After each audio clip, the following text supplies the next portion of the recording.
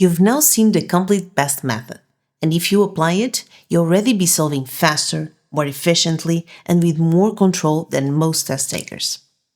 But even with great strategy, there's something that can still derail your performance: the traps.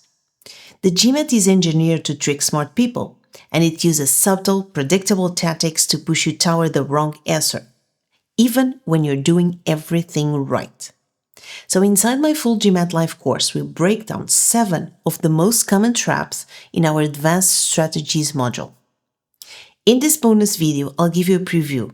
We'll look at 3 of the most dangerous traps, show you how they work, and how to beat them.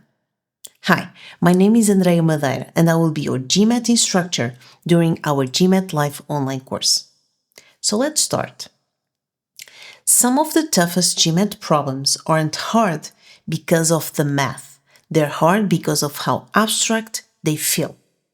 So the GMAT introduces abstraction in subtle but strategic ways. It replaces real numbers with variables, or it uses strange symbols or made-up operations. It even frames questions in vague or conceptual language, among other ways that I fully explore in our live course. So what is the risk? Well, abstraction causes a chain reaction. Your processing slows down, your error rate increases, and your confidence drops, and fast. And of course, this is intentional. Abstraction is designed to make you second-guess yourself, even when the underlying logic is simple. So how can we beat it?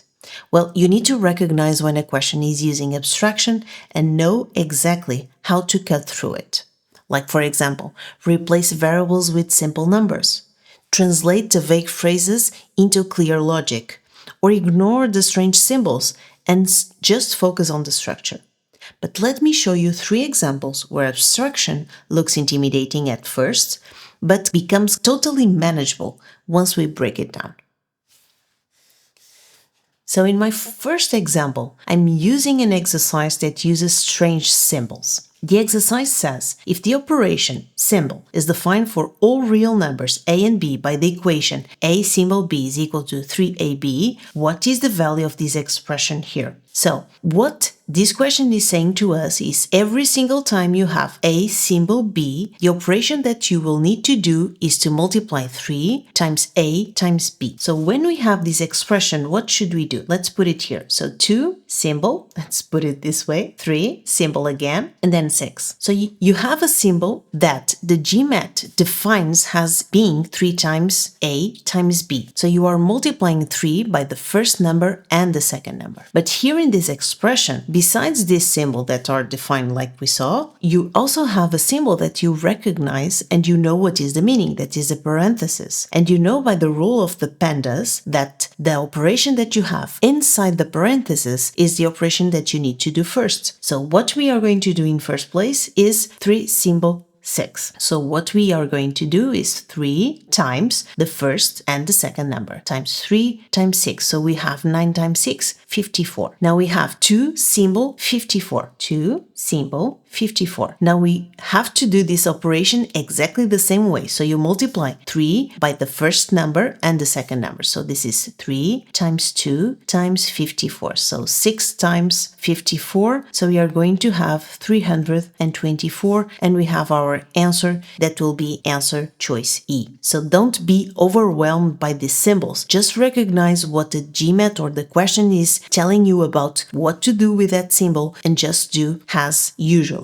Now let's go to our second example. If k is a positive integer, then the expression k times k plus 2 times k plus 4 is which of the following? Well, when we take a look at the answer choices, we see that we have many options telling us about if this result is even or odd or multiple of any particular number. So what we can do here to get rid of the abstraction is to use one of the strategies from our best method. So remember, in our best method we have B for back solving, E to eliminate, S to smart guess, and T for test numbers. So the best approach here, since you have an exercise that is using only variables, pick numbers, smart numbers to use in this exercise. So when you have k times k plus 2 times k plus 4, let's use two specific numbers for k. One should be even and the other should be odd, because this may give us different results. So let's use k as 2. So we are going to have 2 times 2 plus 2 is 4 times 2 plus 4 is 6. So we are going to have 2 times 24, and by this we mean 48. So this is an even result. Let's use the 3 now. So 3 times 5 times 7. So this is 3 times 35. This is going to give us 105. So an odd number. So let's read the answer choices. Even only when k is even. Well, in this case, it's true what we have here. So it's even only when the k was even. So this can be our answer choice. Odd only when k is even. So if k is even, we are not having an odd result. So B is out. Always divisible by 2, but never divisible by 3. Here, once again, so this result is 105. This is not divisible by 2, so we can eliminate answer choice C also. Now, divisible by 3 only when k is even. So here we have a number that is divisible by 3, because 48, if you sum the digits, 8 plus 4 is going to give us 12, and 12 is divisible by 3, so the number is divisible by 3, and 105, the same thing. So 5 plus 1 is 6, so this number is divisible by 3. So the result is divisible by 3, not only when k is even, but also when k is odd. So D is out also. Always divisible by 3 and even. Well, our results show that is always divisible by 3, but is not always even, so we can cross E also. So our answer choice is going to be A. So the result is even only when the k is even. So as you saw, the best strategy here when you have variables on the question and you need to find a specific pattern is to test numbers, as we saw in our best strategy. So in my last example here, to show you how abstraction can make the exercises hard. So let's read first, and this is a data sufficiency question. So a factory produces a batch of numbered parts labeled consecutively. One of these parts, labeled X, was reported as defective and needs to be identified. The part number X is known to be between 46 and 56. What is the value of X? Well, at this point, we know that the value of X could be one of the values between 46 and 56. So let's read the statement 1. If X is divided by 2, remainder is 1. So when you read this, you need to translate this vague language into a very concrete and specific property for these values that we want. So when you have that a number divided by 2 gives a remainder of 1, that means that X is odd. Because if X was even, the remainder would be 0, right? So what we know so far from this sentence is that X is odd. It would be much easier for us to understand if on the statement we have the sentence X is odd. However, the GMAT uses this vague language just to make the exercises harder. And of course, this is one of the ways the GMAT has to use abstraction. So, since we know that X is odd, we have the options of X being 47, 49, 51, 53, and 55. So we have too many options for the X, so this statement is not sufficient. So let's move on to statement 2. So if X minus 1 is divided by 3, the remainder is 0. So what they are telling us with this? So once again, we have vague language, because what we need to translate from here is that X minus 1 is, in fact, a multiple of 3. So that means that X is a number that is 1 unit ahead of a multiple of 3. So let's first write the multiples of 3 that we have between 46 and 56. So we already defined how to see if a number is multiple of 3 in a very easy way. So you just add the digits and it gives you a multiple of 3. So we have the first one is going to be 48. Then we have 51. Then we have 54 and 57. Now, remember, those are the values that are multiples of 3. So the values of X minus 1. So now you want the values of X. So you need to add 1 unit to each of these numbers. So we would have as options 49, 52, 55, and 58. So those are the numbers that are the values of x, and minus 1, they are going to give us a remainder of 0 when divided by 3. So now, once again, we have several values for x, so this is not sufficient too. Now, what we need to do is to add statement 1 and statement 2 together. So what is happening now? You have two values for x. So you have the 49 that fits on the statement 1 and 2, and you also have 55 that also fits on statement 1 and 2. So since we have two possible values for x, even when we join 1 and 1 together, they are not sufficient. So our answer choice is going to be E, statement 1 and 2 together are not sufficient. So in our full course, we go deeper on this topic. You'll get a full set of hundreds of exercises to practice each type of abstraction, and a strategy checklist to decide how to approach each problem. But here as a bonus, you'll receive our full translation guide with vague GMAT phrases and what they really mean, so you never get lost in the language again. Now, another classic GMAT trap. They throw numbers at you that look ugly. So long decimals, weird fractions, big square roots, or seemingly impossible arithmetic. The trap? You fall into the instinct of calculating everything exactly, and that's where time gets eaten up. So how to beat it? When the numbers look awkward, don't dive into the math right away. Ask yourself first, can I estimate? Can I factor something out to simplify? Is this a case where the units digit or the pattern matters more than full precision? So let's explore that with 3 examples.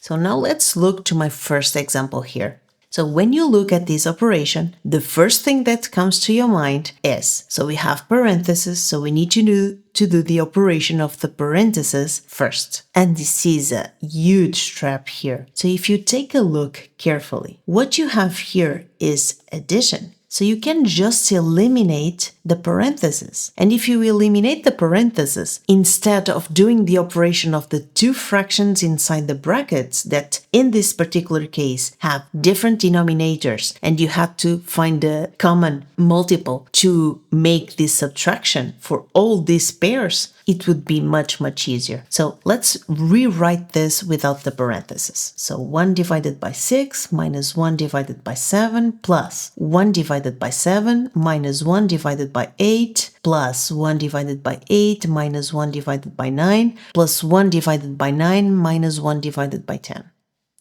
Remember that the GMAT is not testing your math, it's testing your ability to use logic. So many times you don't need to do complicated calculations. So every single time you find an exercise and you feel that you have to do it, think again. Probably there's a much faster way to solve the exercise. As we are going to see here, after we remove the parentheses, this is a super easy exercise.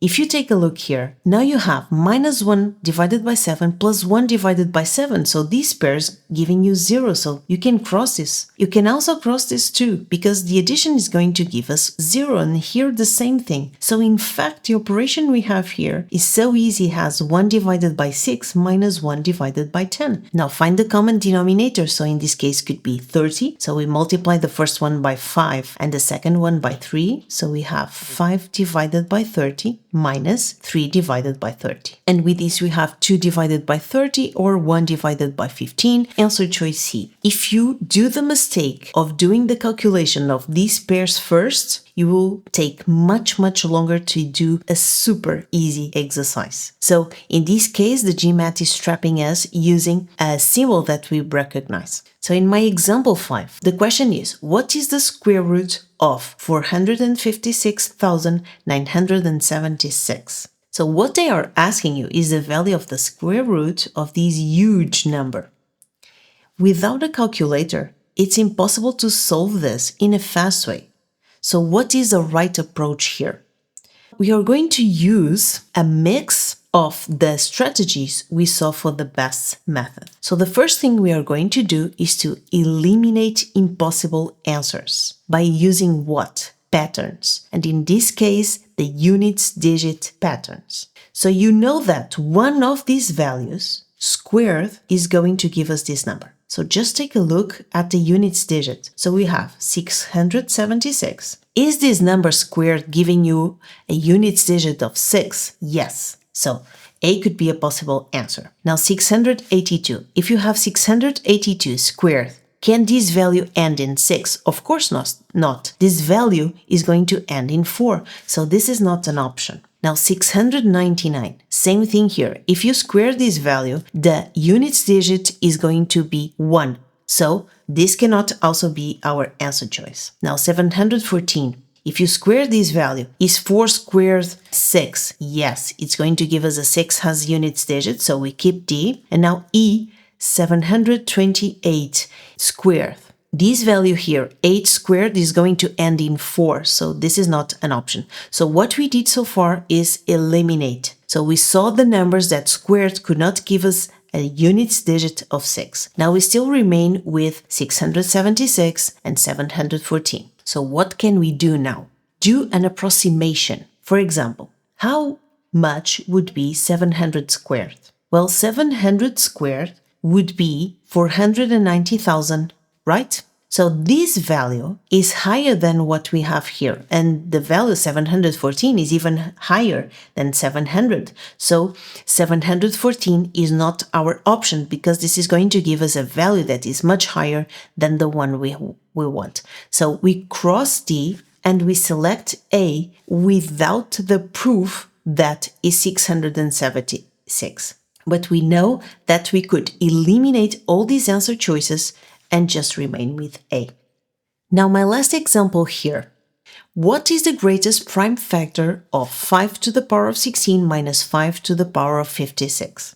As you see, it's completely impossible to do this calculation, right? We cannot calculate 5 to the power of 60 or even 5 to the power of 56. So how can we do it? Remember, we need to see if we can use patterns or if we can factor something out. In this case, I think the best way is to factor the common term. So when we have 5 to the power of 60 minus 5 to the power of 56, what is the common term? So our common term would be the one with the lowest exponent, so 5 to the power of 56. So you need to open the brackets and think what number multiplied by 5 to the power of 56 is going to give us 5 to the power of 60. So this is going to be 5 to the power of 4 minus, and now for this one would be 1. If you have some difficulties understanding what are the rules that are behind his, remember, in our full GMAT Live online course, I will explore this in detail with you. So 5 to the power of 56, this remains like this. Now do this operation. So 5 to the power of 4 is 625 minus 1. So this is giving us 624. If we want to know what is the greatest prime factor we have here, we need to factorize this number. So let's do it here. Let's start by dividing this by 3. So this is giving us 208. Now let's divide by 2. 104, once again by 2, this is giving us 52. If we divide by 2 again, this is 26. We can divide by 2 again, and this is 13. So 13 is a prime number, and the result is going to be 1. So what we are saying is 624 is the same as having 3 times 2 to the power of 4 times 13. And we have 5 to the power of 26. So the highest of the prime factors we have here would be 13. So our answer choice is going to be E. So let's do one more example.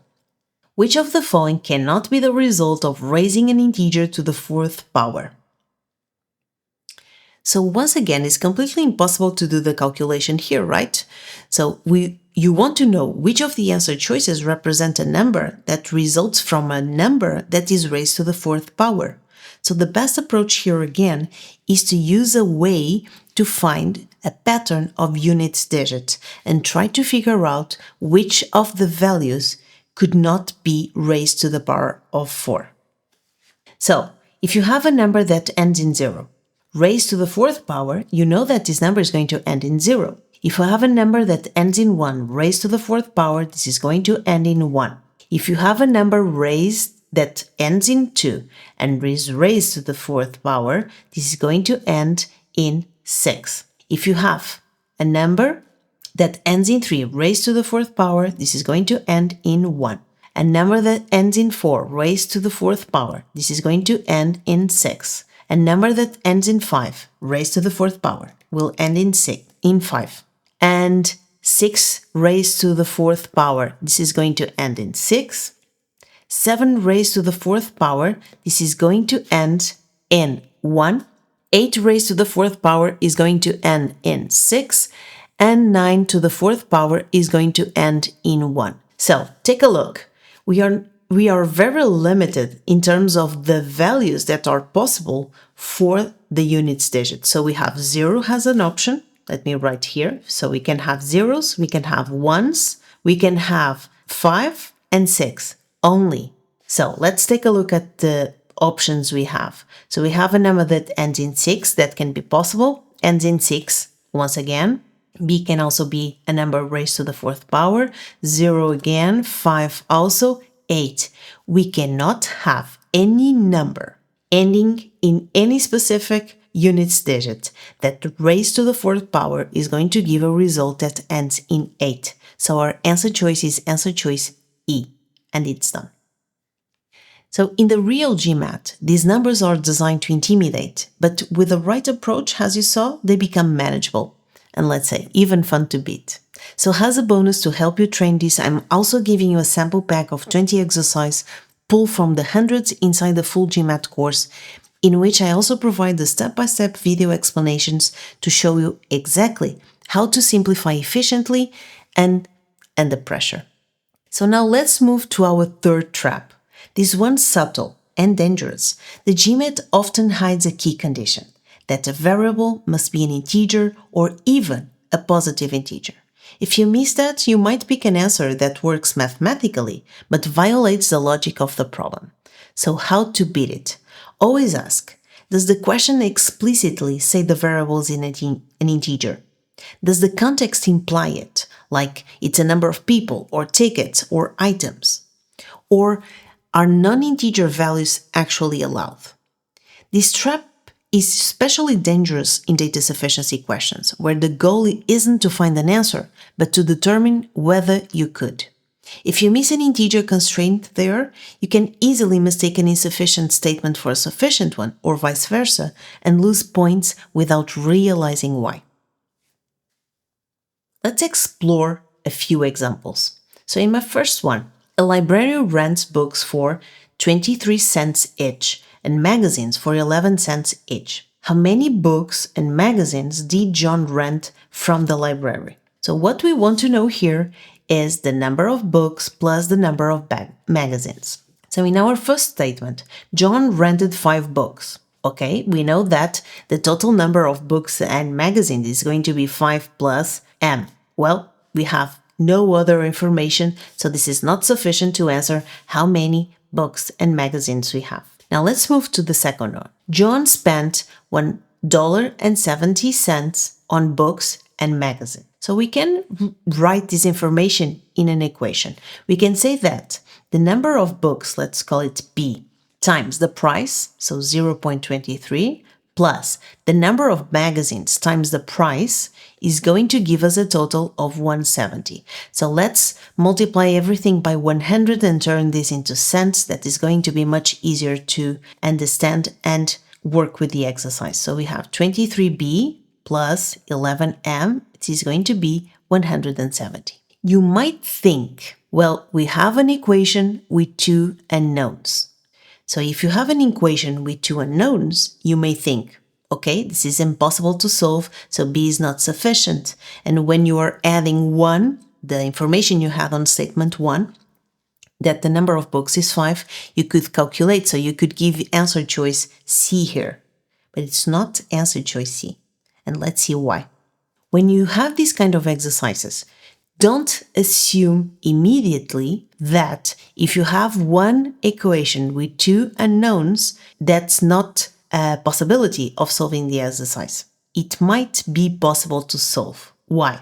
In this case, you have books and magazines, so you have an integer constraint. So b and m must be both integers. So the question that comes here to my mind is there more than one pair of b and m integers that satisfy this equation? Well, let's see what we have. We have to multiply b by 23, right? So there's a limit of b. For example, I can't have 10 books, right? Because these are going to give a higher value than 170 by itself. So what are the possible values for b? So we can have 1 book, 2 books, 3 books, 4 books, 5 books, 6 books, and we can also have 7 books. So this is our last value, right?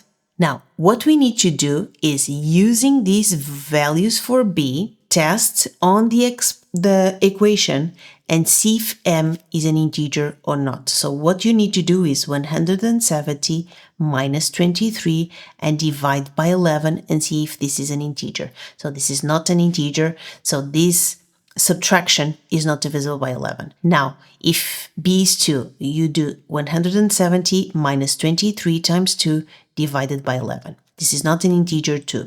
And you do this for all the options until the end. If you have just one pair of b and m integers, that means that 2 is sufficient. If you have more than one, so statement 2 is not sufficient and you need to join them together. You may be wondering, okay, but this takes so long to test all these values. I highly recommend you to do it. And since we have a data sufficiency question, you will be on data insight section, and there you have the calculator. So just do these calculations on the calculator to speed the tests you are doing. So if you do all these tests, you are going to look that only b is equal to 5 is going to give you an m that is also an integer. So what we would have here is 170 minus 23 times 5 divided by 11. This is going to give us 55 divided by 11, so 5. We would have 5 books and 5 magazines. The others will not work, so you would not have a multiple of 11 when you do 170 minus 23 times the number of books we have here. So that means that answer choice 2 is sufficient, but it's very easy to miss this and fail this exercise. Now let's move on to a different example. So the question is, how many ways can n students be seated in a row with n seats? So our first statement is giving us an equation with an absolute value. So when we have n minus 12 equal to 5 in an absolute value, what you need to do is n minus 12 is equal to 5 or n minus 12 is equals to minus 5. So now we solve for n is equal to 17 or n is equal to 7. Now, we have two different options for n. That means that statement 1 is not sufficient. So we could have 17 students or 7 students. Now let's move on to statement 2. So we have a second degree equation. So let's manipulate it. N squared minus 4n minus 221 is equal to 0. We could factorize this equation. However, you notice that minus 221 will be the product of the two factors we are going to have on our result. If you have a product that is negative, that means the following. You have a positive value for n and a negative value for n. Well, you cannot have n students and n being negative. So that means that you don't need to factorize, you don't need to find what is the value of n. You know that there's only one option where n is giving you a positive integer. So that means that this one is sufficient, and so our result would be answer choice B. Statement 2 alone is sufficient, but statement 1 alone is not sufficient. So as you saw here, we have an equation that mathematically has two solutions. However, since this equation is inserted into a word problem, this variable has a meaning, and we cannot have students that are not integer values and positive values. So that means that sufficiency comes more easily than expected. Now, my last example for you, and a very easy one. If Anna sold 1/3 more shirts than Lucy last week, which of the following could have been the total number of shirts sold by Anna and Lucy last week? So let's translate this into an equation. Anna sold 1/3 more shirts than Lucy. So Anna is equal to the same value as Lucy plus 1/3 of the value of Lucy. So Anna is going to be 4/3 of Lucy. Well, at this moment, we have no more information.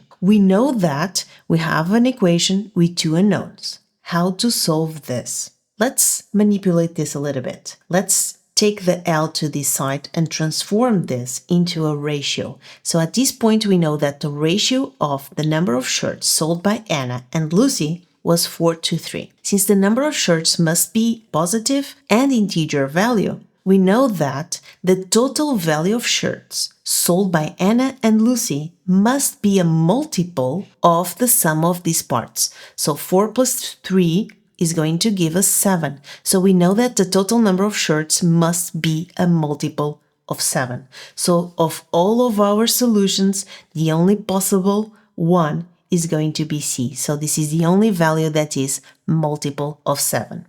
So once again, the integer constraint makes us possible to eliminate answer choices except one.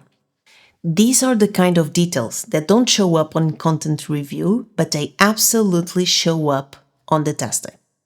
So now you've seen 3 of the 7 traps the GMAT uses to slow you down, confuse you, and steal your points, even when you know the content.